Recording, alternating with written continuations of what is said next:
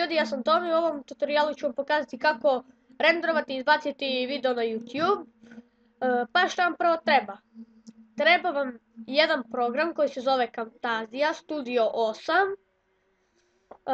Taj program izgleda ovako, znači ikonica, evo ja sam je stavio u folder, ovakva je ikonica, znači ovo, to tu,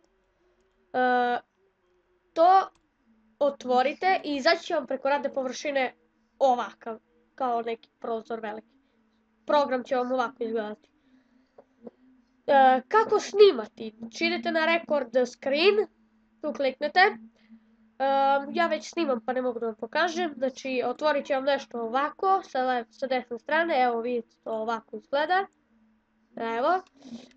Meni je u toku snimka pa ne mogu da vam pokažem. Inače tu ima da upalite facecam, ima da upalite mikrofon, imate da namestite šta će vam snimati kamera.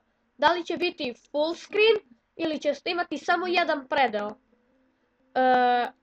Onda kod izbacivanja snimka snimite i onda kada završite namestite gdje će vam se video sačuvati. I evo ja ću jedan odavde da uzmem i kliknete na video. On vam se pojavi ovdje u Reconnecting file, Camtasia Reconnecting file. Prevučite ga u traku 1. Jao, nemoj da kočiš. Šta ti je bre danas? Evo. Znači prevuklo se. Snimak naravno radi, ali ne mogu sad da pokazujem zato što koči. Kod toga imate da isečete jedan deo videa, znači prevučite ovo. I evo, na primjer, ja ću ovaj deo da isečem. I idem na ove makazice kao. I eto, znači tog dela videa koji sam ja isekao, nema. Ako sam pogrešio, i ako hoću da vratim to što je bilo, a ne mogu nikako drugačije, ima ovdje ova strelica za unazad, piše undo. Tu kliknete i vratite se jedan korak nazad koji ste uradili. I ovo vam se pojavi. Naravno morate to da namestite, ima tu puno, a ako hoću da vratim da ga nema, idem redo. Ako sam 2 puta, na primjer, kliknuo i pogrešio, znači ja ću undo.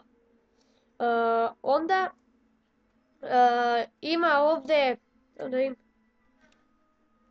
ovako, onda ovdje ima za izbacivanje, idete na Product and Share. Idete na MP4 Switch Smart Player. Šta je bilo? Idete na MP4 with Smart Player up to 720 piksela.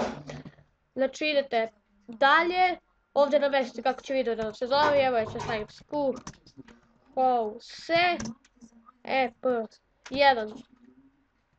Tako, onda gdje će da vam bude, nađete tu, idete radna površina, sačuvaj, i idete na završi, znači tu, i ono vam edituje, ali ja to neću, znači da, cancel CAD, tako, da sam još snimku, jesam.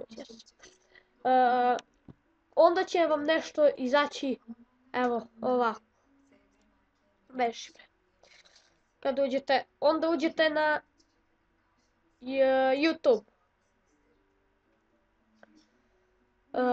Jao, nemoj da kočiš. Jao, ajde proradi. Ajde bre. Ljudi, ovo strašno koči, strašno. Znači, odete na YouTube.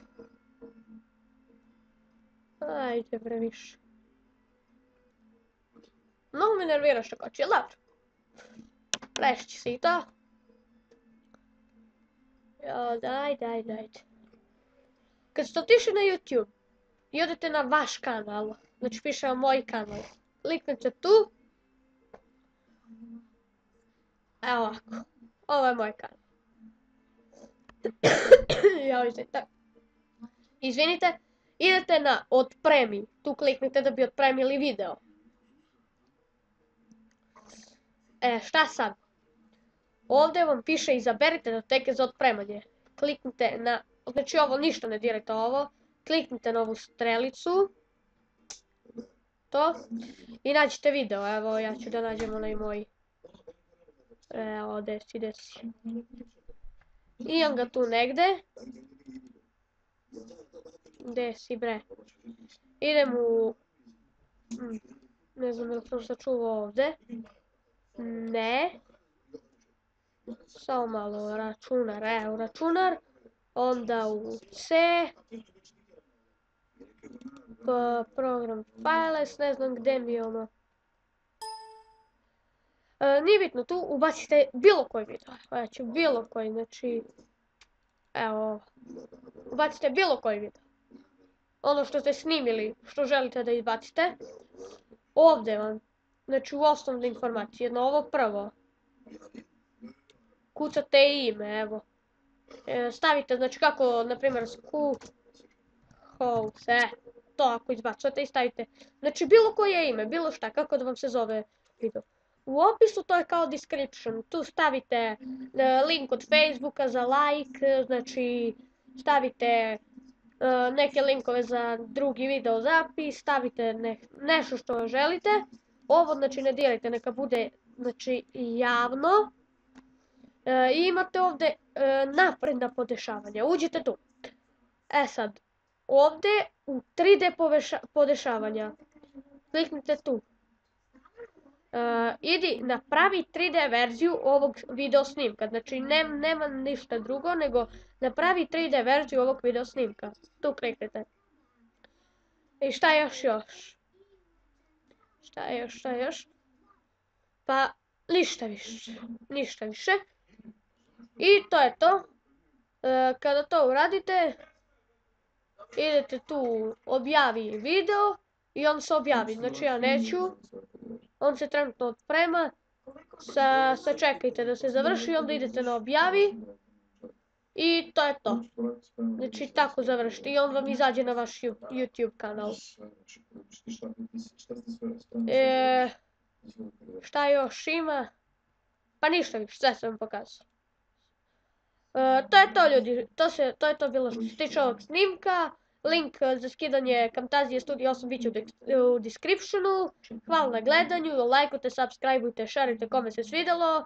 Lajkujte stranicu naravno, ko hoće. I to je to, vidimo se u sljedećem snimku. Pozdrav!